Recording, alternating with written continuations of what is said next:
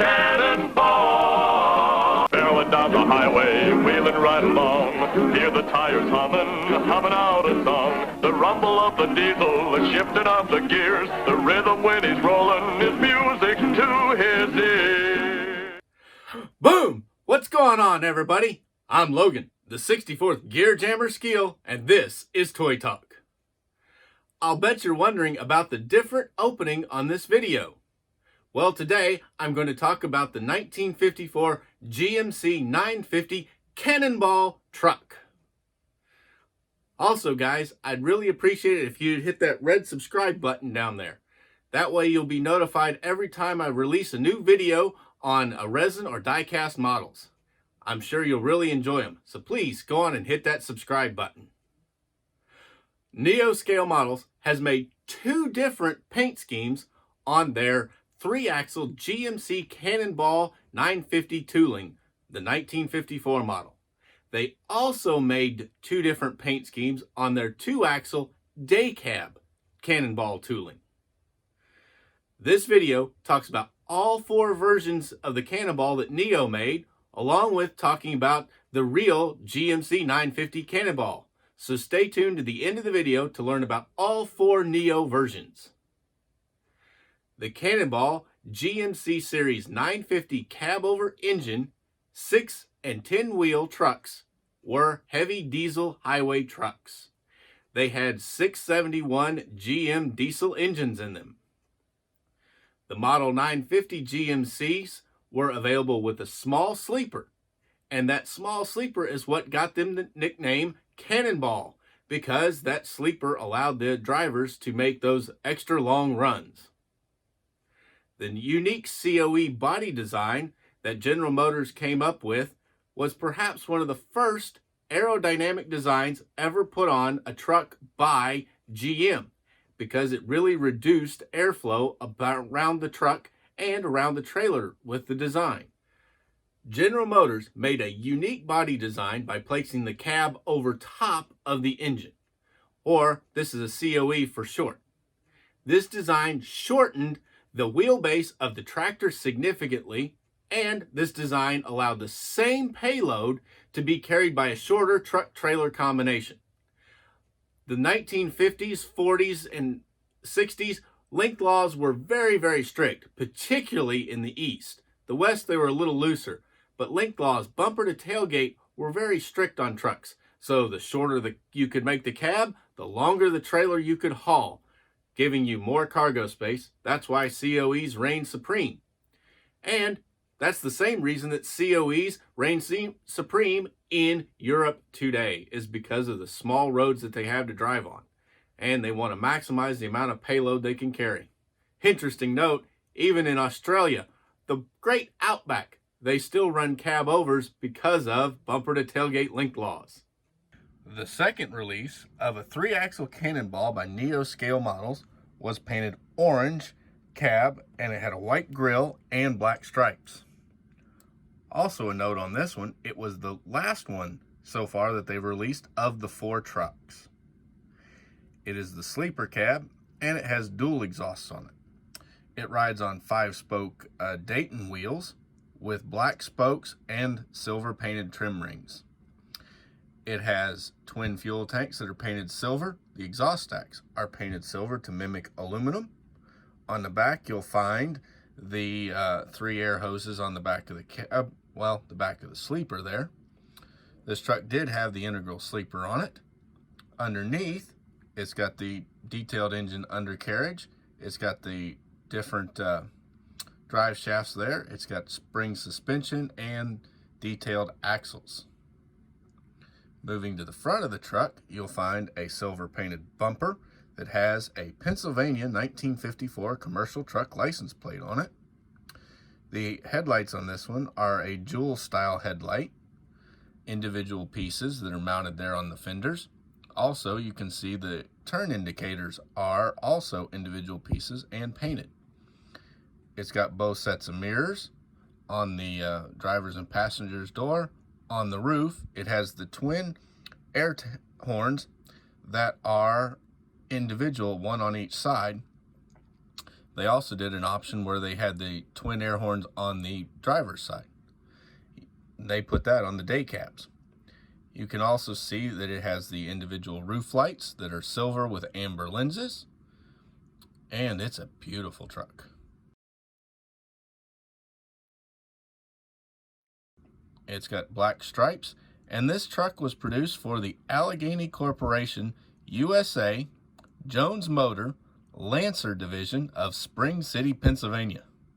Talk about a lot to put on the door right there.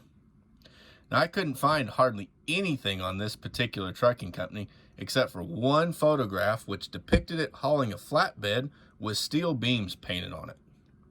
So I'm guessing that maybe out of Pennsylvania they either were contract with a steel company, or maybe they were actually a transportation private carrier for a steel company. Don't know. If you guys know anything, please drop it down in the comments below.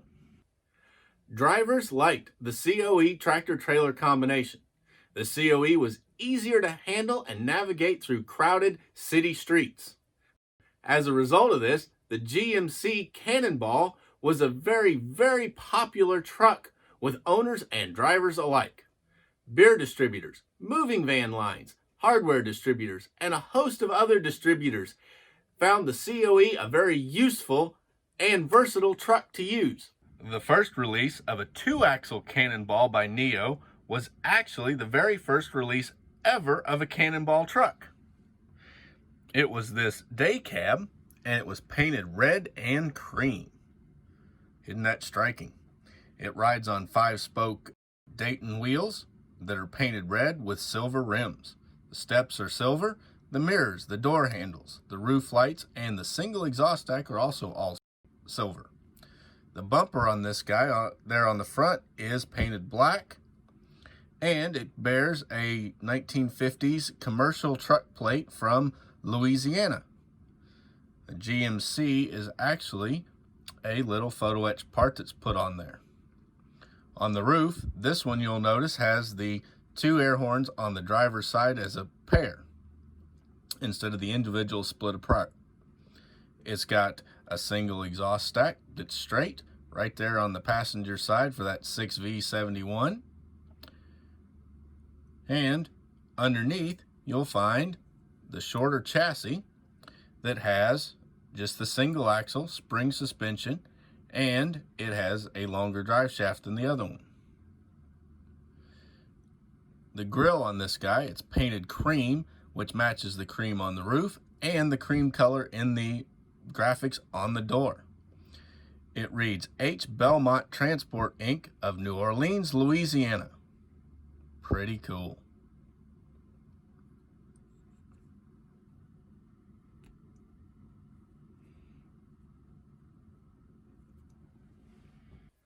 Unfortunately, though, there were some pretty bad disadvantages to COEs.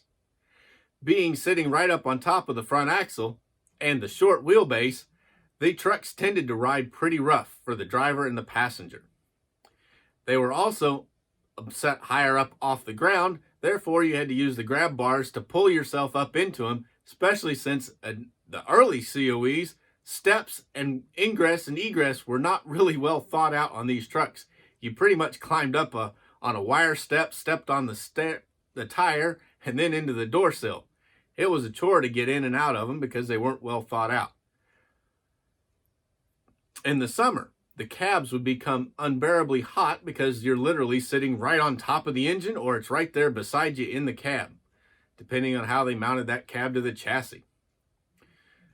So there were some downsides. However, the sitting up higher did give the drivers a better commanding view of the road, so there were some upsides as well as just the maneuverability.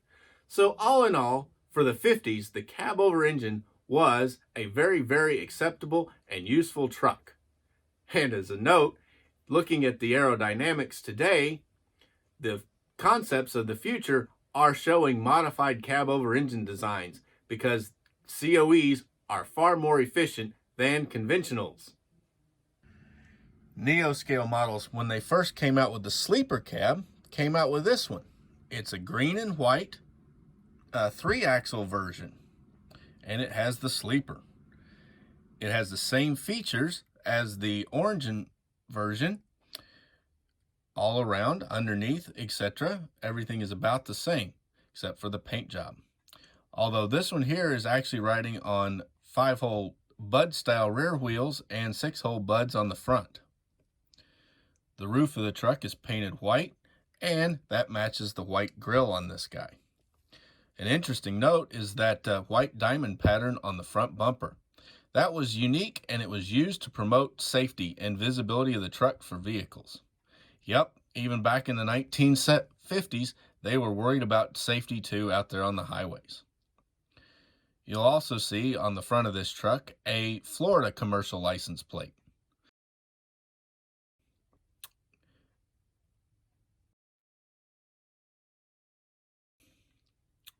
Which goes along with the fact it's for Gray Ford Inc. of Jacksonville, Florida. Isn't that wonderful? Again, this guy has got a 5th wheel that's set up to haul any of the vintage trailers that DCP, First Gear, Top Shelf, any of those companies made with a straight kingpin.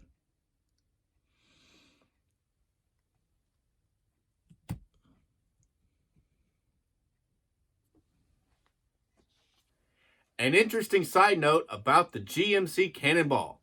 It was a TV movie star. The tractor starred in a TV series. Any guesses out there? Well, if you guessed Cannonball, you'd be right. The 1958 to 1959 Canadian TV series consisted of 46 episodes, and it was about a pair of long-haul truck drivers hauling loads all over the U.S. and Canada. Their fictitious trucking company was called C&A Transportation. The show was created by Robert Maxwell, and it starred Paul Birch as Mike Malone and William Campbell as Jerry Austin. That was the pair of truckers driving that GMC Cannonball.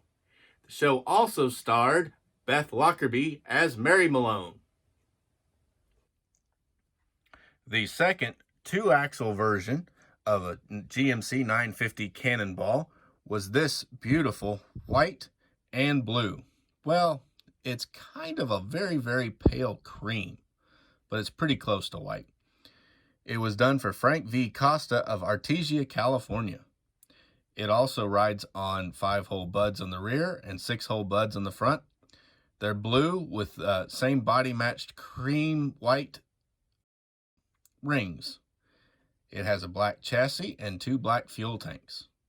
It bears pretty much the same exact detailed interior that the other 2-axle day cab version had, including the single straight stack. But this one also on the front has a California commercial license plate hanging under the bumper instead of being painted on the bumper. And this bumper is also got a design that's out there to promote visibility. Pretty cool. Now in California, 2-axle day cab combinations with 22, 24, or 28-foot pup sets are very, very common even today for the drivers to use, because in the agricultural sector of California, getting these big long trucks in that we have back east just won't work. The roads are too small to get all the way up into the farms and get them turned around. So it makes sense that if they're using them today, that back in the 50s, old Frank would have a day cab 2-axle truck to go out in the fields. Wouldn't that be fun to drive? I mean, wouldn't that just be amazing?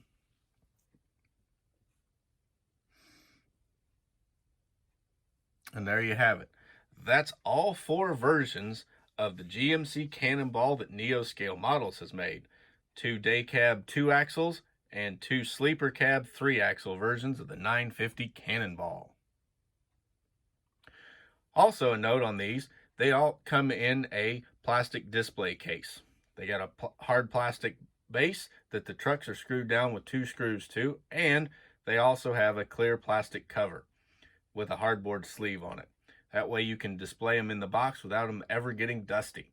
Or just take those 2 screws out and put them out on your layout at your antique truck show, or going on to your shelves.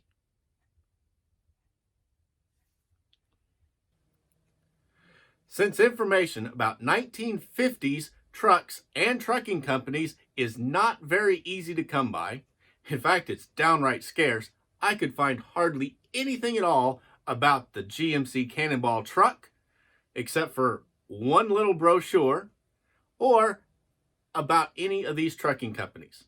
So guys, if you know anything at all about these trucking companies, please tell me down in the comments below. Anything at all. I'd really like to know because I'm a huge fan of 50s trucks. I'd really appreciate any help you can give me. I hope you guys have enjoyed today's video. And I've got for you a report on valuing your collection. It details what you need to look for when adding pieces to your collection that'll add future value to your collection. Don't you want your collection to increase in value as it ages? Of course you do. Grab my free report down in the link in the description below to find out more about it. And as always, please like, comment, subscribe, and ring that bell to get notified of all of my future videos. And if you know anybody who'd enjoy this, please go on and give it a share. And if you see any of my other videos that they might enjoy, share those too. I'm Logan, the 64th Gear Jammer Skeele, and this is Toy Talk. Barreling down the highway, wheeling right along. Hear the tires humming out a song. The rumble of the diesel, the shifting of the gears. The rhythm when he's rolling is music to his ears.